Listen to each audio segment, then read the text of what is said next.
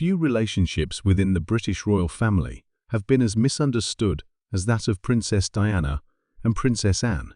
Often described as distant or frosty, the truth behind their connection remained hidden for years, until the discovery of a secret letter from Diana to Anne shed new light on their bond. This letter, written by Diana in the months leading up to her tragic death, revealed a side of their relationship that few could have imagined.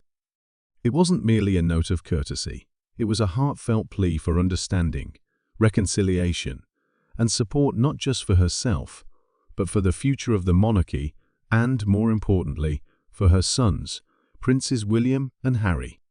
Diana's arrival in the royal family in the early 1980s had been anything but smooth. As a young, inexperienced woman thrust into the spotlight, she struggled to adapt to the rigid protocols and traditions of royal life. Princess Anne, in contrast, had grown up within the royal fold and had a reputation for being no-nonsense, tough, and fiercely dedicated to duty.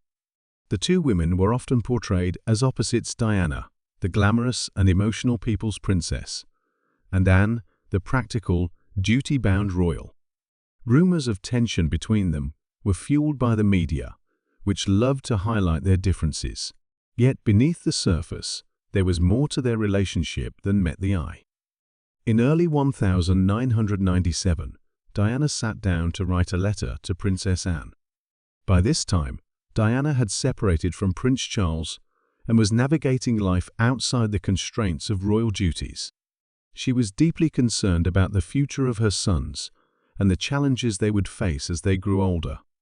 The letter, written in Diana's distinctive handwriting, began with an unexpected tone, a tone of vulnerability and candor. Diana acknowledged the tensions that had existed between her and Anne over the years, but expressed a desire to move past them. "We have had our differences," she wrote, "but I believe we share a common goal: to protect and guide William and Harry as they navigate the complexities of royal life."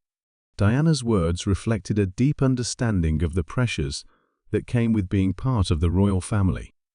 She knew that her sons would face intense scrutiny, just as she had, and she wanted them to be supported by strong, grounded figures within the family, including their Aunt Anne. The letter also contained a warning. Diana, who had been relentlessly pursued by the media and had experienced firsthand the challenges of public life, feared that William and Harry would face similar struggles.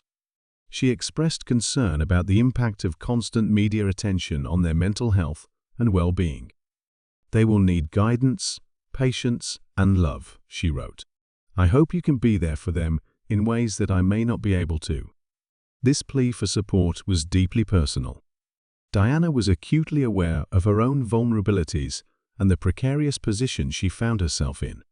By reaching out to Anne, she was seeking to build a bridge, not just for herself, but for her sons and the future of the monarchy. The letter was delivered to Anne quietly, without fanfare. At the time, Anne was known for her stoic demeanor and her focus on duty above all else. She rarely showed emotion in public and was not known for her warmth. Yet, according to those close to her, the letter had a profound impact on her. Anne reportedly read the letter several times, reflecting on Diana's words. She was known to have a strong sense of loyalty to the monarchy and to her family, and Diana's plea struck a chord. While Anne had not always agreed with Diana's approach to royal life, she respected her dedication to her sons and her desire to protect them. In the months that followed, Anne's interactions with Diana became noticeably warmer. Though they never publicly addressed the contents of the letter, there were signs that their relationship was beginning to thaw. On August 31, 1997, tragedy struck. Princess Diana was killed in a car crash in Paris, sending shockwaves around the world. The news of her death was devastating, not only to her sons and her admirers, but also to those within the royal family who had come to understand and respect her in new ways. For Anne, Diana's death was a deeply sobering moment. She reportedly kept the letter Diana had written to her in a private drawer, along with other personal mementos. In the years that followed, she would reflect on Diana's words and the responsibility she had taken on in the wake of her passing. In the aftermath of Diana's death, Anne quietly stepped up to support her nephews.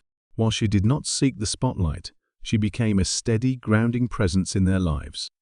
Her practical advice and unwavering commitment to duty provided a sense of stability for William and Harry as they navigated their grief and the pressures of royal life. Anne's relationship with her nephews grew stronger over the years. She offered them guidance and support, particularly as they took on more responsibilities within the royal family.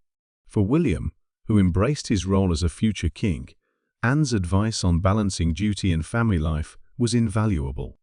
For Harry, who struggled with the constraints of royal life, Anne's pragmatism offered a different perspective. Today, the impact of Diana's letter can still be felt. William and Harry have both taken paths that reflect their mother's influence and her desire for them to have fulfilling, meaningful lives.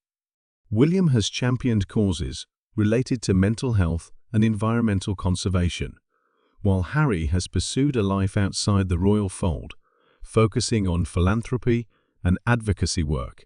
The monarchy itself has also evolved in ways that Diana might have hoped for. Under King Charles III, there has been a renewed emphasis on modernizing the institution and addressing issues that matter to the public, from climate change to mental health awareness.